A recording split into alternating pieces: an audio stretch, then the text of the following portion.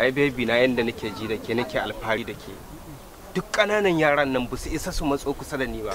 Haba baby na, ka daina kuri mana. Ni fa in dai akan ki ne wallahi duk ƙananan yaran nan sai dai su kauce. Haba Haidar. Kar ki damu, ni yanda nake ji akan ki ba abin da ba zan yi ba. Haba Haidar, ka rage kuri mana. Kar wani abu ya zo ya same ka. Ba wani maganan kuri, kawai ku faso mu je. In dai akai na ne wallahi kowa ya sani sai dai ya kauce. Mu je mana baby na.